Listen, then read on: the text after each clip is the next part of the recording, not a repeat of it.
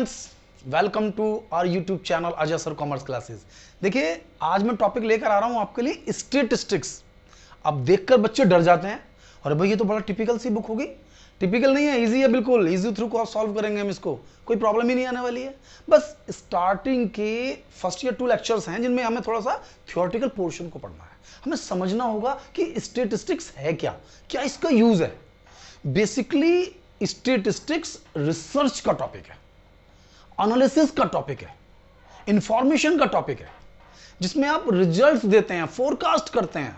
छोटी मोटी बात नहीं है फोरकास्ट करना, यानी कि पूरे बिजनेस को, पूरे एडमिनिस्ट्रेशन को, पूरी गवर्नमेंट पॉलिटिक्स को इन्वॉल्व करता है स्टैटिस्टिक्स।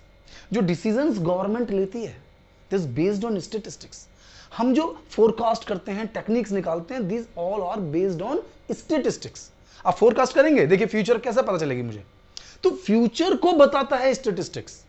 आपको कैसी अजीब सी बातें कर रहा हूं मैं, अजीब नहीं कर रहा हूं मैं, स्टैटिस्टिक्स है भाई, आपको फ्यूचर बता देगी। आप ज्योतिषी पढ़ते हैं ना, ज्योतिषी सुना है ना आपने, क्या है वो, तो मैथमेटिकल कंसेप्ट, मैथमेटिकल कंसेप्ट। तो ये भी स्टैटिस्टिक्स मैथमेटिकल कंसेप्ट है, यानी कि statistics is the part of the mathematics. तो मैथमेटिक्स में भी है हमारे पास। तो स्टैटिस्टिक्स को हमें प्रॉपर सेंस में समझना है। फिर मैं आपको इसके अंदर छोटे छोटे इसके यूज बताऊंगा, इस तरह से टॉपिक को समझाऊंगा कि आपको स्टैटिस्टिक्स पढ़ने में मजा आने लगेगा। स्टैटिस्टिक्स है इतनी इंटरेस्टिंग, इनिशियल स्टेज पर अगर हम समझें तो स्टैटिस्टिक्स है क्या। स्टैटिस्टिक्स केवल पूल ऑफ इंफॉर्मेशन है, जो आपकी इंफॉर्मेशंस हैं उन्हें कलेक्ट करना है। भाई उन डाटास को क्या है, कलेक्ट करना है, तो वो डाटा बन जाता है। अब प्रॉब्लम आती है फिर डाटा, ये डाटा क्या है, डाटा इज द इंफॉर्मेशन, यानी क्वांटिटेटिव इंफॉर्मेशन, यानी कि इंफॉर्मेशन का वो फॉर्म जिनको हम क्वांटिटेटिव वे में कलेक्ट करते हैं, तो वो डाटा है।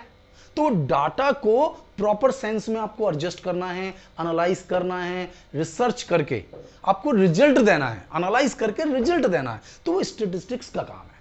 तो स्टैटिस्टिक्स है क्या, है क्या स्टैटिस्टिक्स? कुछ नहीं है, मैंने एक सिंपल सी डेफिनेशन आपके लिए लिखी है स्टैटिस्टिक्स की, और उसी एक डेफिनेशन से मैं आपको टोटल स्टैटिस्टिक्स समझाऊंगा। बहुत सारा नहीं पढ़ना है, बहुत सारा नहीं पढ़ना है, मैंने इतने शॉर्टकट में आपके लिए कवर किया है कि स्टैटिस्टिक्स है क्या। तो स्टैटिस्टिक्स को देखिए क्या लिखा है, statistics just a pool of quantitative information, यानी कि जो क्वांटिटेटिव इंफॉर्मेशन है उनका पूल है, उनको इकट्ठा किया है। It is also look into the method of technique relating to its collection, यानी कि स्टैटिस्टिक्स में इंफॉर्मेशन तो है, अब उन इंफॉर्मेशन को क्या करना होगा, आपको कलेक्ट करना होगा।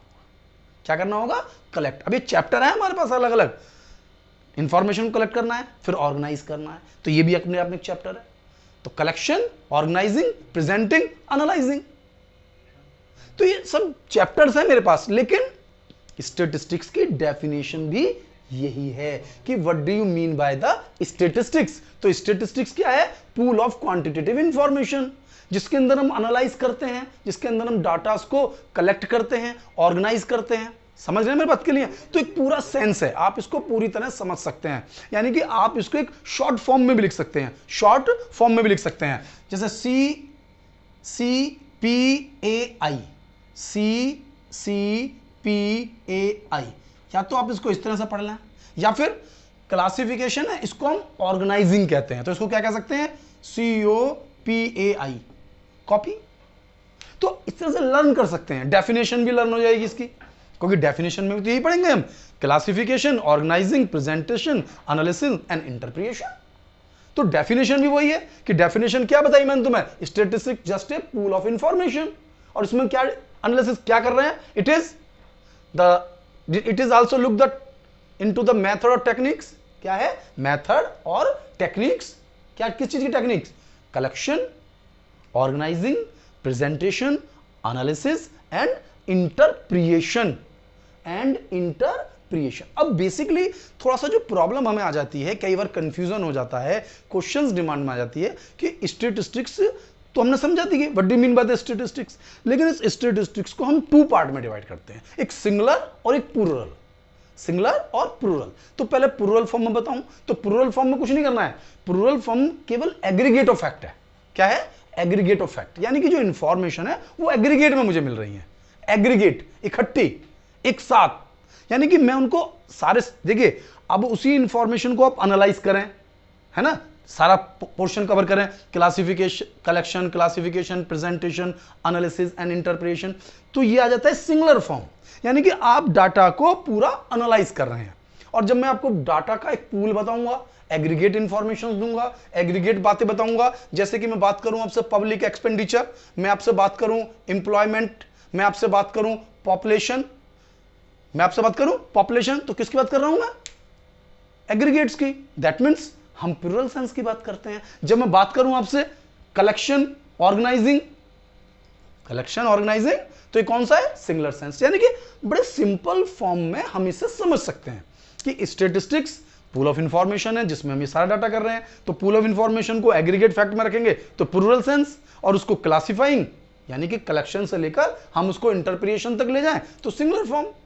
तो अब जो मैंने आपको बताने की कोशिश की कि प्लूरल सेंस में क्या ले लेते हैं हम? एग्रीगेट ऑफ फैक्ट्स, एग्रीगेट, तो ये इसके फीचर्स बन जाएंगे। क्या बन जाएंगे? अगर हम बात करें कि भाई प्लूरल सेंस है तो स्टैटिस्टिक्स क्या? प्लूरल सेंस में statistics refer to information on in terms of number और numerical data, numerical data in aggregate form. तो आप इसको डेफिनेशन को चेंज कर सकते हैं। ये मैं इसलिए मैं बता रहा हूं कि कोई भी डेफिनेशन अपने आप में पूरी नहीं होती। वो डेफिनेशन जब आपके माइंड में कोई कंसेप्ट आ जाएगा तो उसको जोड़ दीजिए। मैंने तो एग्रीगेट बोला था, तो एग्रीगेट ही तो फैक्ट है हमारे पास। अगर हम इसके करैक्टरिस्टिक्स कलेक्ट करेंगे तो यही कलेक्शन में आएगा हमारे पास कि कौन कौन सी चीजें हमारे पास। देखिए आइए फटाफट। तो प्लूरल सेंस में such as population statistics, employment statistics, public expenditure expenses. तो फीचर्स क्या है स्टैटिस्टिक्स के? फीचर्स नहीं बता रहा हूं मैं आपको यहां पर, ये फीचर्स हैं प्लूरल स्टैटिस्टिक्स के, प्लूरल स्टैटिस्टिक्स के, सिंगुलर के नहीं है। तो क्या था, खास बात क्या थी? सबसे पहले मैंने आपको बताया था aggregate of fact. Aggregate of fact यानी कि यहां पर इंफॉर्मेशन एक एग्रीगेट फॉर्म में, पॉपुलेशन की बात कर रहे हैं हम, एम्प्लॉयमेंट की बात हम कर रहे हैं, ठीक है ना, किसी पर्टिकुलर सिस्टम के टोटल एग्रीगेट की बात हम कर रहे हैं, तो इसका मतलब है कि आप प्लूरल सेंस में बात कर रहे हैं। आगे ना एग्रीगेट फैक्ट न्यूमेरिकली एक्सप्रेस्ड। अब न्यूमेरिकली तो आप चाहे सिंगुलर फॉर्म्स के फीचर्स की बात करें चाहे प्लूरल सेंस की बात करें, आप न्यूमेरिकली ही एक्सप्रेस करेंगे, या क्योंकि स्टैटिस्टिक्स तो न्यूमेरिकल पोर्शन का ही पार्ट है ना, है बच्चा, न्यूमेरिकल पोर्शन का ही तो पार्ट है। हम उसको स्टार्टिंग में थियोरेटिकली डिस्कस कर लेते हैं, भाई थियोरेटिकली पढ़ लिया हमने, लेकिन एक्चुअल में तो वो न्यूमेरिकली पोर्शन है ना, क्योंकि जब हम उसको एनालाइज करेंगे, वर्किंग तो आगे का ही है, स्टार्टिंग में हम उसको इनिशियल स्टेज पर पढ़ते हैं, लेकिन इनिशियल स्टेज पे पढ़ना बहुत जरूरी है कि भाई हम डाटा को कैसे कलेक्ट करेंगे, किस तरह से ऑर्गेनाइज करेंगे, तो ये पढ़ना जरूरी है ना। तो नेक्स्ट वीडियोस में आपको बताता रहूंगा कंटिन्यू में, प्रॉपर हर छोटी छोटी बात को समझना है, हर छोटे छोटे फैक्ट को समझना है हमें। तो क्या मैंने बताया आपको? एग्रीगेट ऑफ फैक्ट है, न्यूमेरिकली एक्सप्रेस्ड है। अरे कोई बात थोड़ी है, वो तो एग्रीगेट तो होगा ही जब आप प्लूरल की बात कर रहे हैं, और न्यूमेरिकली एक्सप्रेस तो होगा ही जब हम स्टैटिस्टिक्स की बात करेंगे, तो वो क्वांटिटेटिव फॉर्म में है, क्वालिटेटिव फॉर्म में नहीं है। आप ये नहीं कह सकते कि राम टॉल है, जो सीता ब्यूटीफुल है, तो ये क्या है? ये तो क्वालिटी है, ये तो क्वांटिटेटिव फॉर्म में चाहिए, और क्वांटिटेटिव फॉर्म में चाहिए वो भी कंपेरेबल फॉर्म में चाहिए। ऐसा भी नहीं कि फॉर्म्स कंपेरेबल ना हो, डाटा को हम यूज ना कर सकें, वो कोई बेनिफिट नहीं है, ठीक है। अब हम कहें जी राम सुंदर है, तो क्या करें बताओ जी? राम की जो हाइट है वो 5 फीट है, तो क्या करें जी? ठीक है ना, राम लंबा है, मोहन छोटा है, तो कोई यूज नहीं है। कंपेयरिंग है, अगर कंपेयरिंग है कि राम की जो हाइट है वो 5 फीट 8 इंच है जबकि मोहन की हाइट इतनी है, तो that is the part of the statistics, otherwise statistics का पार्ट ही नहीं होगा। एग्रीगेट फैक्ट भी जब यूज होंगे। मैंने आपसे कहा थर्ड पॉइंट देखिए, अफेक्टेड बाय, देखिए ध्यान से देखना, affected by multiplicity of causes. Statistics में जो डाटा है, जो इंफॉर्मेशन आप ले रहे हैं, वो किसी एक फैक्टर पर बेस्ड नहीं है। आपको एनालिसिस करना होगा। सपोज करो एक एग्रीकल्चर की हम बात करते हैं, प्रोडक्शन की बात करते हैं, एक लैंड पर आप प्रोडक्शन कर रहे हैं, तो क्या आपको लगता है उस लैंड की प्रोडक्शन को पर जो प्रोडक्शन हो रहा है, जो क्रॉप्स आप प्रोड्यूस कर रहे हैं, ठीक है ना, उस प्रोडक्शन पर किसी एक चीज का इफेक्ट होगा? नहीं, देखिए प्रॉपर इरिगेशन फैसिलिटीज हैं, अगर वो रिड्यूस हैं तो प्रोडक्शन पे इफेक्ट होगा, या नहीं है? फर्टिलाइजर्स हैं, पेस्टिसाइड्स का भी यूज होता है कि भाई जो कीड़े मकोड़े को खाना जाए, उसके अंदर प्रॉपर जो फैसिलिटीज है उनका इस्तेमाल है। तो ये एक चीज पर नहीं है, रेन है उसका इफेक्ट पड़ सकता है, बाढ़, मान लो कि बाढ़ आ जाए तो मतलब किसी एक पॉइंट्स पर, किसी एक डाटा पर कोई एक चीज का इफेक्ट नहीं है, तो हमें एनालिसिस उसको टोटल करना होगा। अगर हम कोई बात करें कि भाई ठीक है प्रोडक्शन कितना हुआ, तो प्रोडक्शन बेस्ड ऑन, अगर हम प्लान करेंगे कि भाई इस ईयर में कंट्री में कितना प्रोडक्शन होना चाहिए, लास्ट ईयर कंपेयर किया, बट इज बेस्ड ऑन कि क्या हमारे पास इरिगेशन फैसिलिटीज बनी है, क्या इस बार रेन बहुत अच्छा आया है, क्या हमने जो फर्टिलाइजर्स फैसिलिटीज बढ़ाई हैं लोगों के लिए, क्या हमने जो लैंड से उनकी रिसर्च को बढ़ाया है, और बढ़ाया है तो उसके अकॉर्डिंग एनालिसिस हो है, क्योंकि एक फैक्टर बेस्ड नहीं है, बहुत सारे फैक्टर उसके लिए बेस्ड हैं, तो हमें टोटल समझना होगा। यानी कि हमें पूरा टोटल, हमने क्या क्या पढ़ा, aggregate of facts numerically expressed, affected by multiplicity of the causes, reasonable accuracy. हम यहां पर एकदम एग्जैक्ट नहीं ले सकते हैं, एक्यूरेसी लेनी पड़ती है, रीजनेबल एक्यूरेसी। हर चीज में परफेक्ट की बात नहीं कर सकते हैं हम अगर बात करें चंद्रमा पर जाना है हमें, तो बताइए परफेक्ट डिस्टेंस मिल सकता है आपको, नहीं मिल सकता, एक्यूरेट ही मिलेगा। एक्यूरेसी लेनी होगी आपको, रीजनेबल एक्यूरेसी लेनी होगी। आप सपोज कीजिए अब मैं आपसे कहूं जी दिल्ली कितनी दूर है, the distance of Delhi is 40 kilometres, that means आप समझते हैं कि 40 ही है, कम भी हो सकता है ज्यादा भी हो सकता है, दिस बेस्ड ऑन, देखिए एक्यूरेसी पर बेस्ड है, ठीक है ना। तो रीजनेबल एक्यूरेसी हम ले रहे हैं, एग्जैक्ट एक्यूरेसी नहीं ले रहे हैं, रीजनेबल एक्यूरेसी, कि कौन की दिल्ली से दादरी के जो डिस्टेंस है वो हम कार में नापेंगे, और कार से हम का मीटर में बताएगा, और क्या हम कार को बिल्कुल स्ट्रेट लेके जा रहे हैं, थोड़ा चेंज भी हो सकता है, आगे पीछे भी हो सकता है, कहीं इधर उधर भी रोक सकते हैं हम, तो वो डिस्टेंस को कवर नहीं करेगा। क्लियर है ना, कोई ऐसा तो नहीं फीता डाल के नापेंगे हम रोड को, नहीं नापेंगे, तो रीजनेबल एक्यूरेसी ही वहां यूज की जा सकती है। क्लियर हो गया, तो एग्रीगेट ऑफ फैक्ट्स हो गया मेरे पास, न्यूमेरिकली एक्सप्रेस्ड हो गया, affected by multiplicity of causes हो गया, रीजनेबल एक्यूरेसीज हो गया, और प्री डिटरमाइंड पर्पस। किसी भी इंफॉर्मेशन का, किसी भी डाटा का कोई यूज ही नहीं है यदि आपने उस इंफॉर्मेशन को पहले से प्री डिटरमाइन नहीं किया है। आपका पर्पस क्या है, आपका ऑब्जेक्टिव क्या है, आप उस इंफॉर्मेशन को ले क्यों रहे हैं, आप उस इंफॉर्मेशन को ले क्यों रहे हैं। जब तक आपका आइडिया क्लियर नहीं है कि भाई मैं कोई इंफॉर्मेशन ले रहा हूं, मैं कोई रिसर्च कर रहा हूं, तो पहले डिसाइडेड है ना मैं रिसर्च किस चीज के लिए कर रहा हूं, मैं इंफॉर्मेशन ले रहा हूं, क्यों ले रहा हूं। इंफॉर्मेशन तो भरी पड़ी है दुनिया में, आप इंटरनेट पर चले जाइए, हजारों इंफॉर्मेशन हैं, लेकिन जब तक आप एक परफेक्ट सिस्टम में नहीं आएंगे, आपका ऑब्जेक्ट क्लियर नहीं होगा, आपके लिए डाटा बिल्कुल बेकार है। तो स्टेटिस्टिक्स के लिए क्या चाहिए सबसे जरूरी, आपका ऑब्जेक्टिव। जब तक आपके पास ऑब्जेक्टिव नहीं है, जब तक आपके पास पर्पस नहीं है, वो भी प्री डिटरमाइंड, पहले से ही जिस पर्पस को आपने डिसाइड नहीं किया है, फिर आप उसको गेन कभी कर नहीं सकते। कलेक्शन ऑफ सिस्टमेटिक मैनर, अब आप इंफॉर्मेशन कलेक्ट करेंगे तो बस कर लें, नो बेटा, आपको उसको एक सिस्टम में करना होगा, एक वे में करना होगा। भी आप कोई क्वेश्चन पूछना चाहते हैं तो that is you have to maintain your questionnaire. अब क्वेश्चन आर के अंदर भी क्वेश्चन आप ये थोड़ी है कि कुछ भी क्वेश्चंस मेंटेन करेंगे, you have to maintain question according to sequence. हमें उस डाटा की एक्यूरेसी को भी चेक करना है कि जो सामने वाले पर्सन है वो कोई हमें गलत इंफॉर्मेशन तो नहीं दे रहा।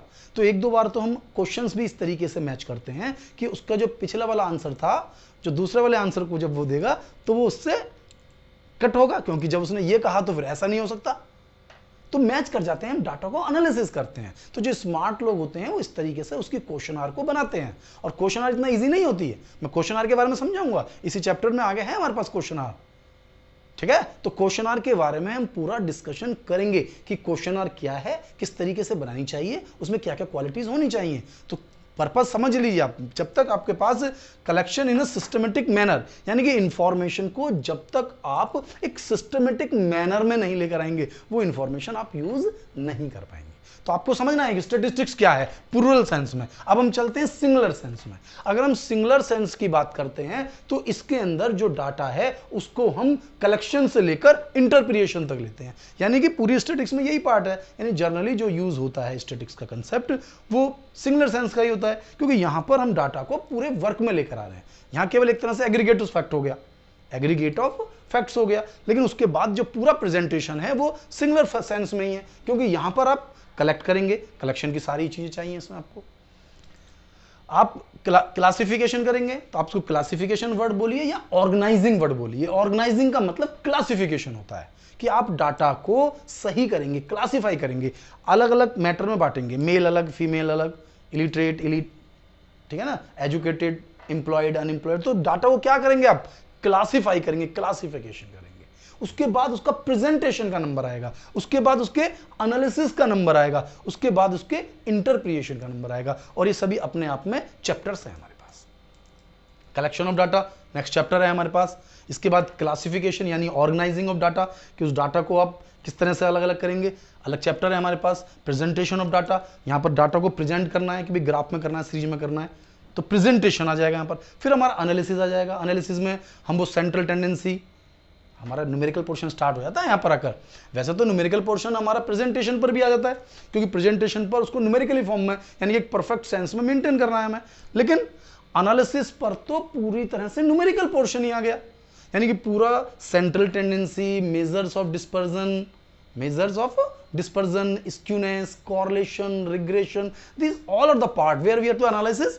तो वो हमारे पास एनालिसिस का पार्ट होता है। एंड देन हम उसको इंटरप्रिएट करते हैं, रिजल्ट्स निकालते हैं, ठीक है ना, उसका टेस्ट करते हैं। तो यहां तो हमने केवल सेंट्रल टेंडेंसी बताया ना आपको, central tendency, measure of dispersion, regression, correlation, इस तरह की चीजें हमने पढ़ी। लेकिन उसको इंटरप्रिएट करके, इंटरप्रिएशन होता है टेस्ट करना, इंटरप्रिएशन का मतलब होता है टेस्ट करना, Z test, T test, F test, X square test. तो यहां टेस्ट करेंगे और फिर इंटरप्रिएट करके रिजल्ट्स हम देंगे।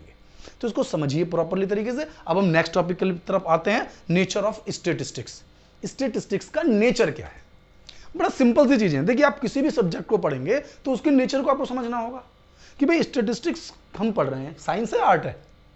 साइंस है या आर्ट है? साइंस तो है, क्योंकि आप इसे न्यूमेरिकली मैथमेटिकली सॉल्व कर रहे हैं। तो न्यूमेरिकली मैथमेटिकली सॉल्यूशन साइंस में ही होता है। आप पूछेंगे आर्ट है? हाँ भाई आर्ट भी है। क्यों है आर्ट?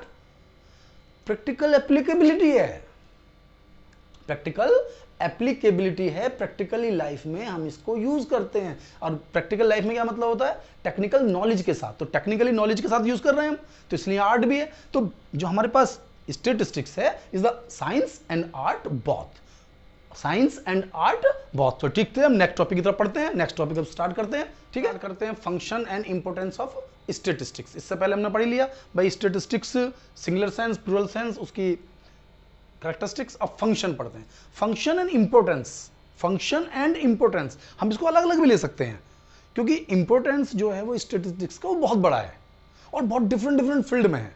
आप चाहें तो डिफरेंट डिफरेंट फील्ड के बारे में भी बता सकते हैं, लेकिन जो हमारे फंक्शन हैं वो कहीं ना कहीं इसके इंपोर्टेंस भी हैं। तो हम या तो फंक्शंस को बहुत बड़ा कर लें, या आप चाहें तो कुछ फंक्शन लिख लें और बाकी को आप अलग अलग फील्ड में लिख सकते हैं। फंक्शन फॉर मतलब इंपोर्टेंस फॉर गवर्नमेंट। भाई गवर्नमेंट के लिए क्या इंपोर्टेंस है? गवर्नमेंट के लिए सबसे ज्यादा इंपोर्टेंट है स्टैटिस्टिक्स का। Government makes the planning, government makes the planning, makes the planning and except this, government makes the policies according to the statistics. Government datas को लेती है, पॉपुलेशन के डाटा को लेती है, पॉवर्टी, अनएम्प्लॉयमेंट, ठीक है, इस डाटा को इकट्ठा करती है। उसके बाद क्या नाम है हमारे literate, illiterate, fail, male, female, इन सब डाटास को क्या करेगी? कलेक्ट करेगी। और इन डाटा के थ्रू वो अपनी इंफॉर्मेशन के अकॉर्डिंग अपनी पॉलिसी फ्रेम करेगी। अपना जो बजट बनाएगी गवर्नमेंट उसी पर बेस्ड होगा। यानी गवर्नमेंट के लिए बहुत ही इंपॉर्टेंट पॉइंट है, यानी गवर्नमेंट बिना स्टैटिस्टिक्स के एक कदम भी नहीं चल सकती। गवर्नमेंट का तो सारा डाटा ही स्टैटिस्टिक्स पर बेस्ड है। तो गवर्नमेंट के पॉइंट ऑफ व्यू से जब आप स्टैटिस्टिक्स की बात करेंगे तो स्टैटिस्टिक्स गवर्नमेंट के लिए तो एक बहुत ही बड़ी चीज है। यानी कि उस गवर्नमेंट का तो हर डिसीजन, हर policy is based on statistics. कोई भी पॉलिसी लेगी गवर्नमेंट, उसको कोई पर्टिकुलर अपने लिए तो करना नहीं है, उसे तो मैक्सिमम सोशल वेलफेयर की बात करनी है। तो जब आप मैक्सिमम सोशल वेलफेयर की बात करते हैं, मैक्सिमम सोशल वेलफेयर की बात करते हैं, तो हमें सोशल डाटा चाहिए। अब सोशल डाटा यानी सोसाइटी को किस चीज की रिक्वायरमेंट है, कहां हमें एक्सेस मनी स्पेंड करनी है, कहां नहीं करनी है, किस फील्ड पर ज्यादा पैसा खर्च करना है, किस फील्ड पर कम पैसा खर्च करना है, this is based on information and the information is totally based on statistics. Clear है ना? अब गवर्नमेंट को देखना है ना कि भाई किस चीज पर टैक्स ज्यादा लगाना है, किस पर कम लगाना है, जो नेसेसरी गुड्स हैं उन पर नहीं लगाना है। अब उसमें भी देखना है कि लोग क्या क्या यूज कर रहे हैं, क्या क्या नहीं कर रहे हैं। अमीर लोग जो प्रोडक्ट यूज करते हैं उस पर ज्यादा टैक्स लगा दीजिए, जो गरीब लोग यूज करते हैं उन पर कम टैक्स लगा दीजिए। तो that is totally based on statistics. तो मैं उसकी इंपॉर्टेंस आपको बता रहा था। तो गवर्नमेंट के लिए कितना इंपॉर्टेंस है, इकोनॉमिक्स के लिए कितना इंपॉर्टेंस है, बिजनेस के लिए कितना इंपॉर्टेंस है, देखते हैं। पहले मैं आपको टोटल अकॉर्डिंग टू लेता हूं। Function and importance of statistics. Function यानी वर्क, स्टेटिक्स क्या काम करती है, अभी तो बात डिस्कस कर रही थी, यानी गवर्नमेंट की सारी प्लानिंग स्टेटिक्स पर बेस करती है। तो स्टेटिस्टिक्स सिंप्लीफाई कॉम्प्लेक्स फैक्ट, जो टिपिकल इंफॉर्मेशन है उसको सिंपल कर देती है।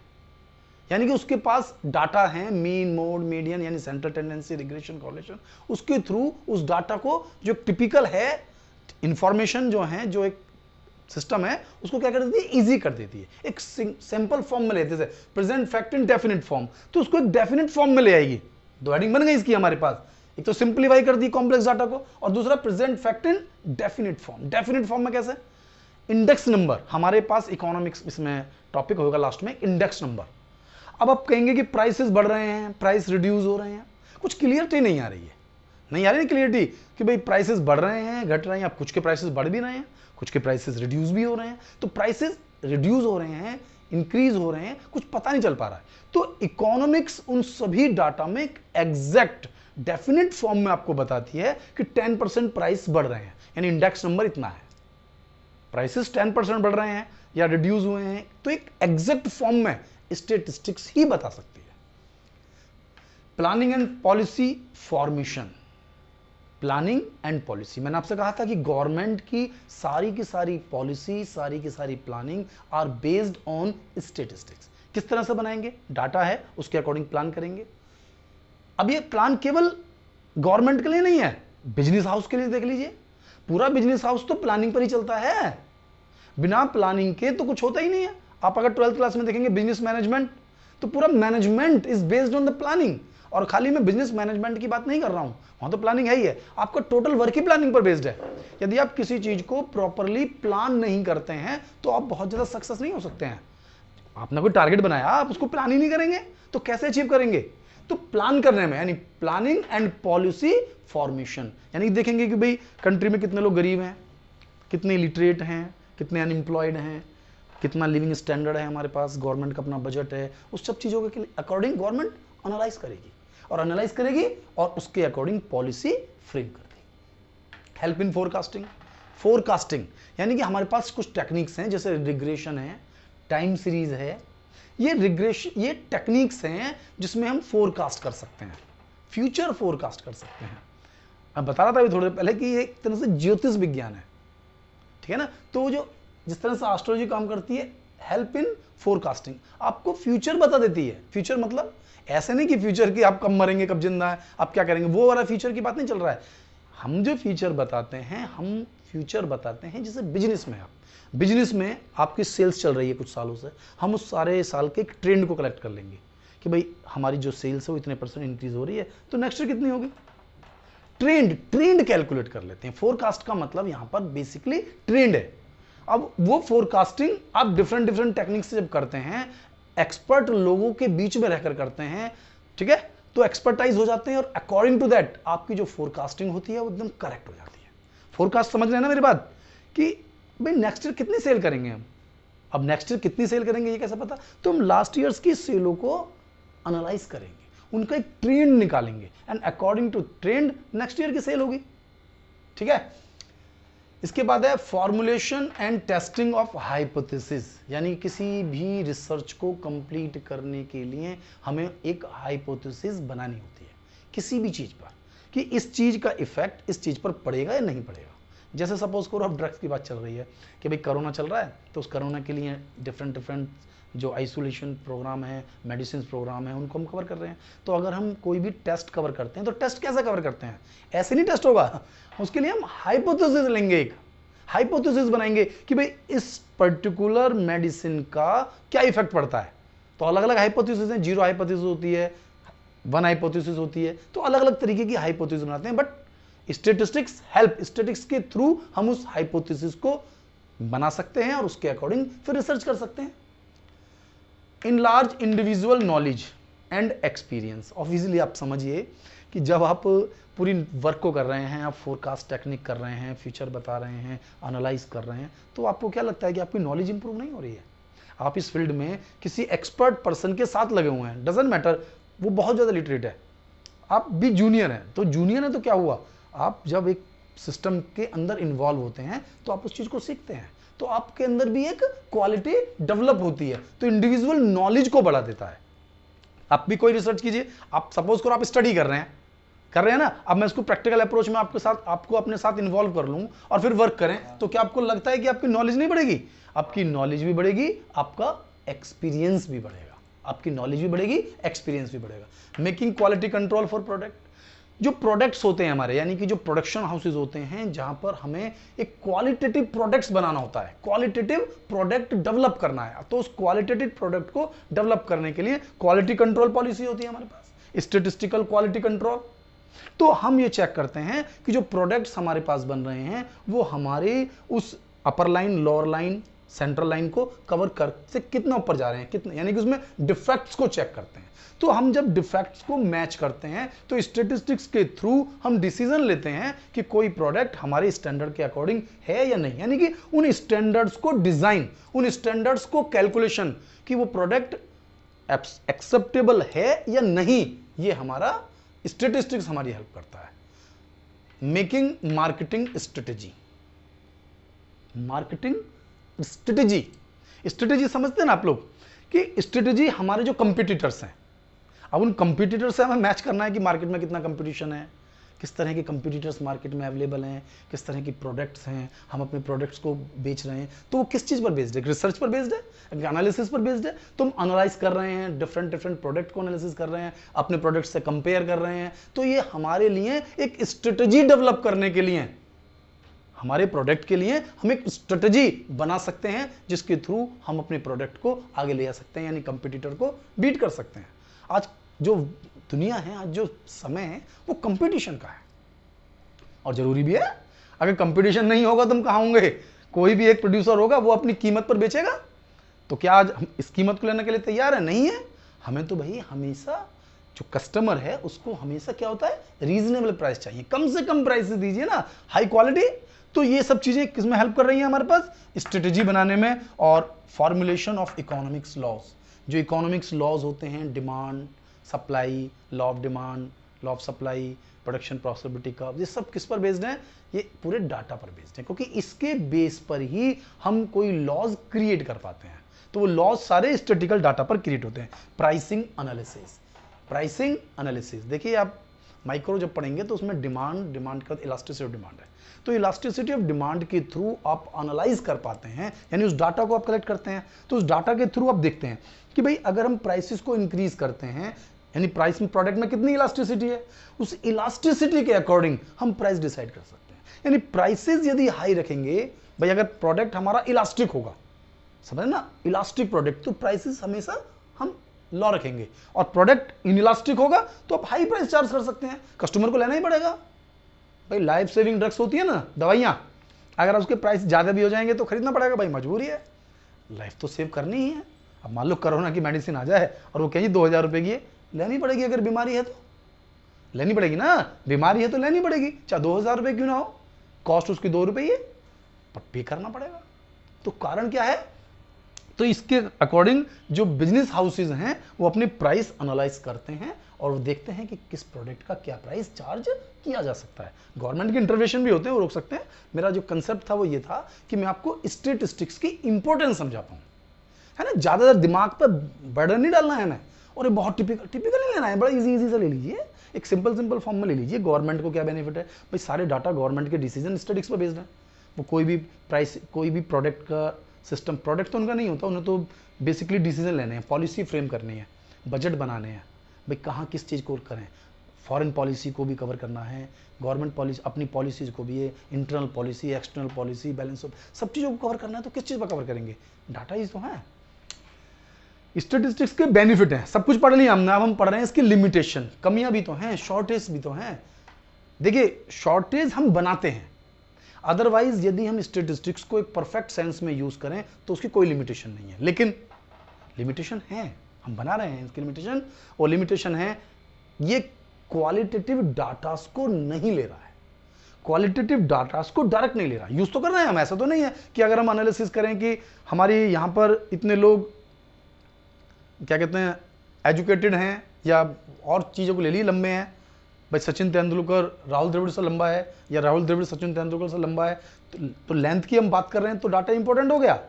लेकिन अगर हम खाली लेंथ की बात करें कि सचिन तेंदुलकर थोड़ा छोटा है बस, तो इसका कोई डाटा नहीं है हमारे पास, हम इसका कोई यूज नहीं कर रहे हैं। तो डाटा का यूज करना है, तो डाटा का यूज करने के लिए क्या चाहिए हमें, क्वालिटेटिव फॉर्म्स को नंबर्स में चाहिए। तो इसका मतलब क्वालिटेटिव नहीं ले रहे हैं हम, तो क्वांटिटी ले रहे हैं, तो क्वांटिटी फॉर्म को ले रहे हैं लेकिन क्वालिटी को कंसीडर नहीं कर रहे हैं। Statistical does not deal with the individual, individual को नहीं लेता। अभी 1 मिनट पहले जो मैंने एग्जांपल दिया, भाई सचिन तेंदुलकर की लंबाई जो है 5 फीट 4 इंच है, तो ये स्टैटिस्टिकल डाटा नहीं है। कंपेरेबल होता तो मैं ले लेता, अब इससे ज्यादा होता कि सचिन की जो हाइट है वो इतनी है जबकि राहुल द्रविड़ की इतनी है, या हम उसको कंपेयर कर रहे हैं किसी पाकिस्तानी प्लेयर से या किसी और कंट्री के प्लेयर से, तो कंपेरेबल, तो जहां डाटा कंपेरेबल हो तो यूज होगा, अदरवाइज इंडिविजुअल डाटा का हम इस्तेमाल नहीं कर रहे हैं।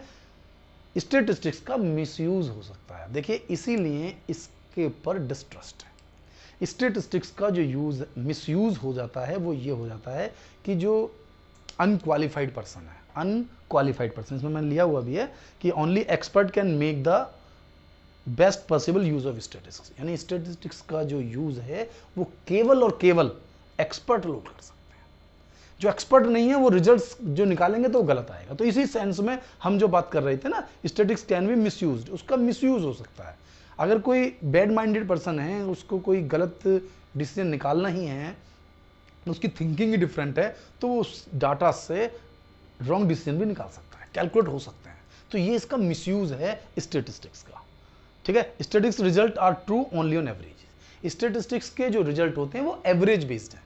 अब जैसे कोई एग्जांपल ले लीजिए, मुझे, मैं आपको बताता हूं कि हमारे पास जो रिजल्ट होते हैं स्टैटिस्टिक्स के, जैसे कि फर्स्ट ईयर 2, फिर 3, फिर 4, फिर 5, तो इनकम 5, 4, 9, 3, 12 और 2, 14,000 है 4 ईयर्स के लिए, तो 4 से डिवाइड कर दीजिए इसको, तो ये एवरेज है, केवल एवरेज डाटा यूज होगा फिर हमारे पास। हम इस डाटा तो, लेकिन हम इससे ट्रेंड कैलकुलेट कर सकते हैं, भाई 2, 3, 4, 5, तो नेक्स्ट ईयर 6 होगा। तो यहां पर जो हम बात कर रहे थे कि एवरेज इस पर बेस्ड है, ट्रेंड का अलग यूज करते हैं लेकिन इंडिविजुअलिटी कोई यूज नहीं है, इंडिविजुअल डाटा का कोई यूज नहीं है। हम उन सभी डाटा को एग्रीगेट फॉर्म में यानी कि एवरेज निकाल कर ही इस्तेमाल कर सकते हैं, ठीक है। तो डाटा चाहे इनकम 2, 3, 4, 5 हो या 5, 4, 3, 2 हो, क्या इससे इफेक्ट पड़ेगा, एवरेज तो सेम ही आएगा। तो ये लिमिटेशन है स्टैटिस्टिक्स की। Statistical data should be uniform and homogeneous. आप स्टैटिस्टिकल डाटा को केवल तभी यूज कर सकते हैं जब वो होमोजीनियस हो, एक जैसे हो। हेट्रोजीनियस डाटा का आप इस्तेमाल ही नहीं कर सकते हैं, बात समझे ना। आप कोई डाटा लेंगे तो वो डाटा होमोजीनियस, एक जैसा होना चाहिए, एक जैसे फॉर्म में होना चाहिए। हम हाइट की बात करें तो हाइट की बात कर रहे हैं, ठीक है। हाइट की बात करें तो सब लोगों के हाइट पर कैलकुलेशन लेंगे, एक का हाइट पर ले रहे हैं, किसी का कॉम्प्लेक्शन पर ले रहे हैं, तो डाटा कंपेरेबल कहां है। हाइट का कॉम्प्लेक्शन से कंपेयर थोड़ी करेंगे हम, हाइट का तो हाइट से ही करेंगे, कॉम्प्लेक्शन का कॉम्प्लेक्शन से करेंगे, ठीक है ना। ऑनेस्टी का ऑनेस्टी से करेंगे। तो सिस्टम है, यानी कि डाटा होमोजीनियस हो तो ही स्टैटिस्टिक्स यूज कर सकते हैं, वरना स्टैटिस्टिक्स में हम यूज नहीं कर सकते हैं। देखिए स्टैटिस्टिक्स थोड़ा सा स्टार्टिंग लेवल पर थोड़ा टेक्निकल सा होता है, लेकिन अगर आप थोड़ा सा लर्न कर लेंगे तो आपको समझ में आ जाएगा, क्योंकि आगे चैप्टर बहुत इजी आने वाले हैं। तो आपको मेरी वीडियो कैसी लगी, मेरी वीडियो को लाइक करें और मेरे चैनल को सब्सक्राइब करें। और मेन जरूरी है कि यदि आपको कोई प्रॉब्लम हो रही है तो आप मेरी इंस्टा आईडी पर आए और मुझसे फॉलो कर सकते हैं। दूसरा, मेरा व्हाट्सअप नंबर आपके डिस्क्रिप्शन मिल जाएगा, वहाँ आप मुझे करें, मैं आपकी सारी प्रॉब्लम को सॉल्व करूंगा। और जो मेन जरूरी चीज़ है जिसे आपको भूलना नहीं है, आपने अगर अभी तक बेल आइकॉन को प्रेस नहीं किया है तो बेल आइकॉन को प्रेस करें, जिससे कि आपको मेरी लेटेस्ट वीडियो लगातार मिलती रहें। Thank you.